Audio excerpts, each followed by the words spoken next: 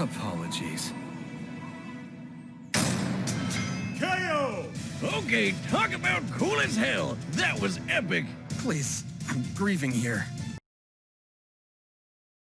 Oh my god! He didn't stand a chance.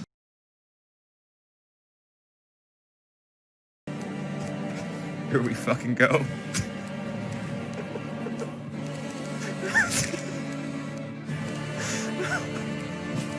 Oh no. Oh no. This is it. This is how we die. What's up, YouTube? Tenton here. And today I will be discussing the next time on Death Battle between the Wally West version of the Flash from DC Comics and the most powerful version of the Blue Blur, Archie Sonic. But before we get on to that train wreck, let us discuss episode 131. Zuko vs. Shoto was about what I expected. They brought up a lot of points I mentioned. I'm especially proud about them mentioning firebending being based on Northern Shaolin Kung Fu. I did forget to mention that firebending requires movement and breath, along with the fact that firebending is less effective in cold environments, but besides that, I had the match on lock. I was correct in my thought process, and I presented a fairly accurate representation of these characters. Honestly, this is one of my proudest predictions. I was not only right, but the numbers I listed were basically what Death Battle listed. It's a good feeling to know that I'm actually improving on my research and thought process for these episodes. Now, some other stuff I enjoyed about the episode were the dad jokes. Boomstick's joke about him carrying the show was probably the best joke of the entire season. The fight was a bit meh at times, and it was kinda short, but the hand-drawn art was great, and Zuko's lines fit so well. You could really tell that this was the end of the show Zuko versus Season 4 Todoroki. Them having a moment to realize how similar they were was pretty fitting, and the music of the episode in both the analysis and the fight only helped to improve each scene.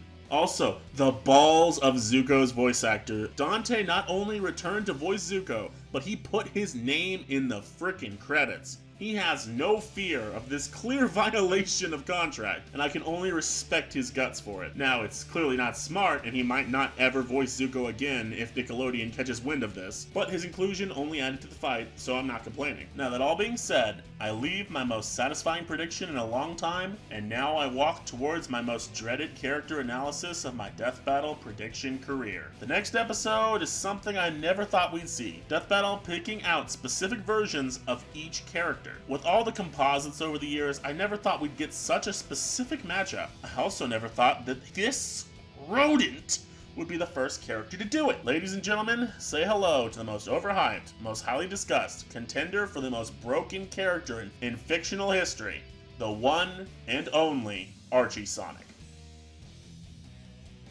On one hand, the Flash is my favorite DC hero, so seeing another version of him getting added to the Death Battle lineup was pretty great. This is also a returning episode, but since it's different versions of the characters, it both is a returning episode, but it also isn't. Honestly, this is how returning fights really should be done. It's an interesting matchup and shows off other versions of the same character. I know some people might have preferred Barry Allen versus Game Sonic, but let's be honest, Barry Allen would absolutely destroy him. A character that's comparable to Superman versus the guy who lost to Mario. That honestly would have been a bigger waste of an episode than She-Ra versus Wonder Woman. Say it again, say it to my fucking face. The theme of this episode is overpowered speedsters who can break the laws of both physics and the laws of their own universes. These two are beyond overpowered, and it's likely they could annihilate 90% of all previous Death Battle combatants. Honestly, the second half of Season 7 is looking pretty darn good. We actually already know half the confirmed episodes at this point. Winter Soldier versus Red Hood has been confirmed, and we know Krona is fighting someone. This episode is really hard to judge. Wally and Sonic are both ridiculously overhyped, and they are insanely powerful. God bless the Death Battle team's poor souls if they undersell either of them. Their speed is not a topic I'd touch with a 6-foot pole,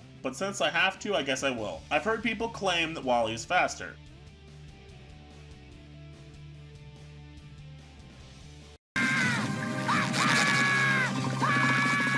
You'll never catch me, Krabs. Not when I shift into maximum overdrive.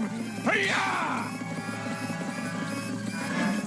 I knew I should have gotten the turbo. But these two are just so insanely fast that putting a definitive limit on either of them is probably a lowball. Honestly, their abilities and hacks will probably play a much bigger role. So without further ado, let's flip and go.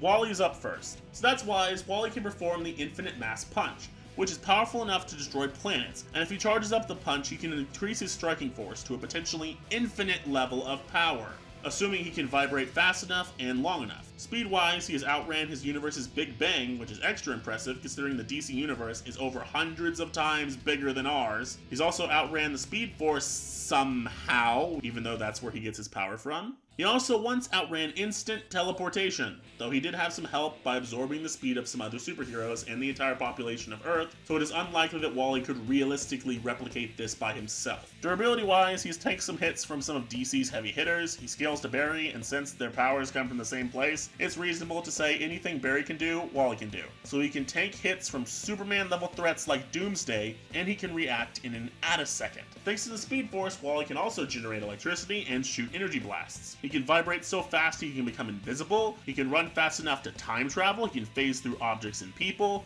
he can phase through a person's body and just pull their organs out. Wally's max power output is likely on a multiverse level of power. Wally's most broken power would have to be his ability to steal a foe's speed. Upon draining a foe's speed, they will be unable to move, leaving them open to an infinite mass punch of whatever power level Wally wants to hit him with. By scaling to Barry, he could also likely absorb the entire Speed Force to boost his power, though the Speed Force, while vast, does have a defined limit. He fights DC's roster of villains on a daily basis, and he's fought Professor Zoom dozens of times over his 60-year history as a character. That's pretty much everything I got on Wally. But here is a funny little bit of trivia. If Wally loses, he'll be the first DC character to lose to a non-Marvel character. For 131 episodes, the show's whole history, DC has only lost to Marvel, and that win-loss record is really good. Archie Sonic's stats are some of the highest stats in Death Battle history. In a clash with Knuckles, they destroyed the universe they were in. In terms of speed, he outran a beam of time, but the most impressive speed feat I could find is this. Sonic once traveled to 1,000 separate universes twice in a matter of seconds. That would come out to roughly, 2 septillion times the speed of light. He also tanked being launched 900,000 light years away from his current location, and he crash landed into a moon. Oh yeah, and he also survived a universe exploding around him. His power set, like his speed, is also just flat out absurd. Archie Sonic can resist mind control, can resist time manipulation, he's come back from being erased from existence. He has the power to erase people from existence. Like his video game counterpart, he has the Supersonic transformation. However, this one is better. Supersonic can fly, his speed and power are boosted, he can stop time, he's completely invulnerable, and guess what?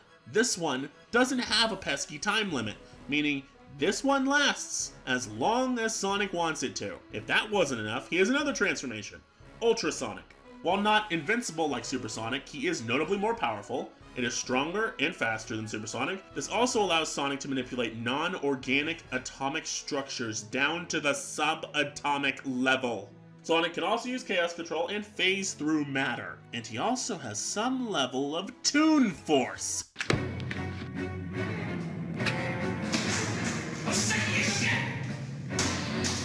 How does a character get this broken? He has bested Sega to Sanshiro in combat, yeah, the guy who fought Chuck Norris to a standstill, and he also resisted having his speed stolen. Though he did have to have some specific rings on him at the time, so I'm not sure if he could replicate this on a day-to-day basis. Then again, this guy is so freaking fast, he could probably just run to wherever the rings are, grab them, and be back in a millisecond before Flash could even react. So who knows what Death Battle will give him? Honestly, it's hard to tell. He's also fought gods, demons, reality warpers, demonic gods, and basically every brokenly powerful character you could possibly imagine.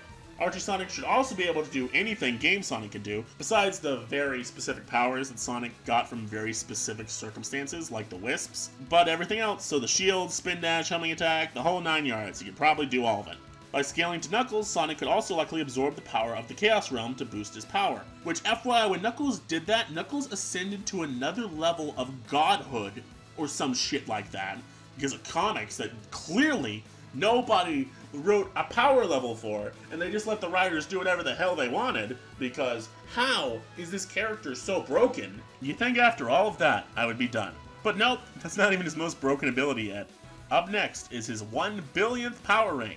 This ring, as the name implies, is Sonic's 1 billionth power ring. The ring is how Sonic starts to break this fight. His 1 billionth power ring can warp reality and time. The ring also serves as a last defense to protect Sonic's life force and keep him alive at all costs. Lastly, and most broken of all, thanks to being a being of chaos, Sonic now has fate on his side, like the concept of fate is actively biased in his favor, and reality will change to ensure Sonic's victory. This is the in-canon reason to why Sonic in the Archie comics always wins. You would think this crazy hedgehog would be basically immortal, and he kinda is, but Sonic is still Sonic at the end of the day. Sonic is cocky, arrogant, and has a tendency to rush into a fight without a plan, and he can be easily outsmarted if given the chance. Though he is not dumb, especially not in the comics. Archie Sonic is actually notably more intelligent than Game Sonic. With all that being said, these two are both insanely fast and on a multiversal level of power, but based on my notes, I think Archie Sonic just has enough to give him the win. Wally certainly has a way to win, but Archie Sonic's insane hacks is just ridiculous, and I don't think Wally can match it. All I can say is I'm rooting for Archie Sonic, and I hope for the best. This is probably the closest fight in the show's entire history. I could honestly go either way on this, and even as I'm saying this, I'm still second-guessing myself on whether or not I think Wally could potentially win. So I don't say these words lightly. Will Sonic finally break DC's win streak on non-Marvel characters, or will the streak live on? Regardless of what happens, if they lowball Archie Sonic, God help them. You thought Dragon Ball fans were vicious. The level of salt from Sonic fans will be nuclear.